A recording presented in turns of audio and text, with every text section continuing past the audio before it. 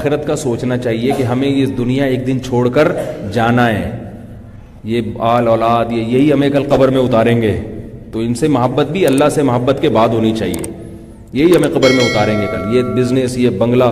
اور دوسری بات یہ کہ نفلی عبادت زیادہ کرنی چاہیے، جس چیز کا دل نہ چاہ رہا ہو وہ کام اگر کرنا شروع کر دیں تو آہستہ آہستہ دل چاہنا بھی شروع ہو جاتا ہے، انسان کی فطرت ہے، جس چیز سے کراہت ہے نا کام زیادہ سے زیادہ کرو۔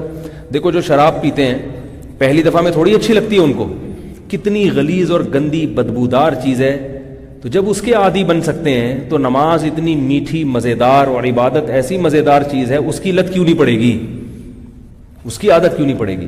تو ایک دفعہ ہمت کر کے کثرت سے عبادت کر لی جائے تو عبادت سے وحشت ختم ہو جاتی ہے، پھر عبادت میں لطف آنا شروع ہو جاتا ہے۔ لیکن اگر لطف نہیں بھی آئے ساری زندگی تو ٹینشن نہیں لینی ہے، سمجھ رہے ہو؟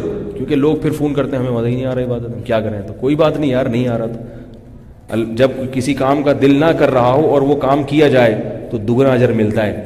آپ صلی اللہ علیہ وسلم نے فرمایا جس کو قرآن جو تلاوت کر سکتا ہے اچھی طرح سے وہ قیامت کے دن فرشتوں کے ساتھ ہوگا، وہ فرشتے جو اللہ کے خاص مقرب ہیں، اور جو بیچارہ اٹک اٹک کے پڑھتا ہے قرآن تو اس کو تلاوت میں دگنا اجر ملتا ہے، ایک تلاوت کا اور ایک جو ٹینشن ہو رہی ہے اس کو پڑھنے میں۔ تو اگر نماز میں دل نہیں لگ رہا تو بھی نماز پڑھو، اس کا اپنا مزہ ہے بھائی، دل نہیں لگ رہا۔ اور یہ بھی ذہن میں رکھیں کہ نماز پڑھنے کا دل نہیں چاہ رہا، یہ ایک الگ کیفیت ہے، اور ایک دل تو چاہ رہا ہے مگر نماز جب نیت باندھتے ہیں تو پھر دماغ غائب ہو جاتا ہے۔ کیونکہ جب آپ کاروبار بھی کرو گے، سارا دن آلو پیاز ٹماٹر بیچ رہے ہیں، سارا دن باس سے لڑ رہے ہیں یا خود باس بن کے امپلائیز کو، تو جب ظہر کی نیت باندھو گے تو پھر دماغ میں وہی آنا شروع ہو جائے گا نا، تو ٹینشن لینے کا نہیں ہے، یہ انسان کی فطرت ہے۔ جو ہمارا کام ہے وہ ہم اپنی ذمہ داری پوری کریں، جو چیز ہمارے اختیار میں نہیں ہے اس پہ پریشان مت ہوں۔ ایک ملفوظ سنا کے بات ختم کرتا ہوں۔ حضرت مولانا عاشق الہی صاحب رحمہ اللہ تعالی، ان سے کسی نے پوچھا کہ حضرت نماز میں دل نہیں لگتا، سجدے میں مزہ نہیں آتا، سجدے میں جاتا ہوں تو بھی دماغ سر اللہ کے سامنے رکھا ہوا ہے مگر خیالات ادھر ادھر، کوشش کرتا ہوں پھر بھی خیال، کیسا بیکار سجدہ ہو گیا یہ تو انہوں نے فرمایا کہ اچھا یہ اگر بیکار ہے تو یہ والا سجدہ مجھے کر سکتے ہو تم؟ کتنا زبردست جواب دی کہ یہ اگر بیکار سجدہ ہے یا یہ نماز بیکار ہے تو میری طرف رخ کر کے پڑھ سکتے ہو یا یہ سجدہ مجھے کر سکتے ہو؟ اس نے کہا یہ کیسے ہو سکتا ہے؟ فرمایا اس کا مطلب یہ اتنا قیمتی سجدہ ہے کہ یہ صرف کس کے سامنے ہو سکتا ہے؟ اگر بیکار چیز ہوتی تو مجھے دے دیتے نا یہ سجدہ، پتہ ہے کہ اس کی قیمت کا، یہ والا سر جھکے گا چاہے بغیر خیال کے بھی جھکے، تو کس کے سامنے جھکے گا؟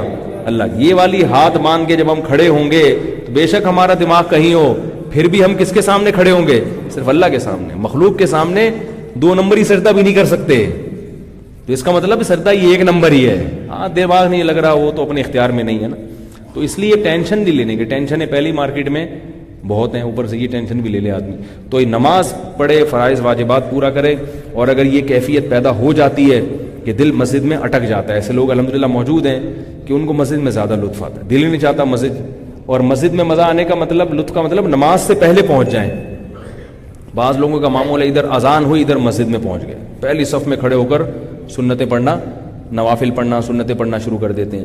آپ صلی اللہ علیہ وسلم نے فرمایا جو لوگ نماز میں پہل کرتے ہیں قیامت کے دن وہ مقرب فرشتوں کے ساتھ ہوں گے، جو اللہ کے خاص دربار میں آگے بیٹھنے والے فرشتے ہیں نا، تو یہ لوگ بھی اللہ ان کو آگے بٹھائے گا۔ اللہ کہے گا جب دنیا میں میرا دربار لگتا تھا تو یہ سب سے پہلے آتے تھے، جب آخرت میں میدان حشر میں دربار لگے گا تو یہ لوگ بھی سب سے آگے بیٹھیں گے۔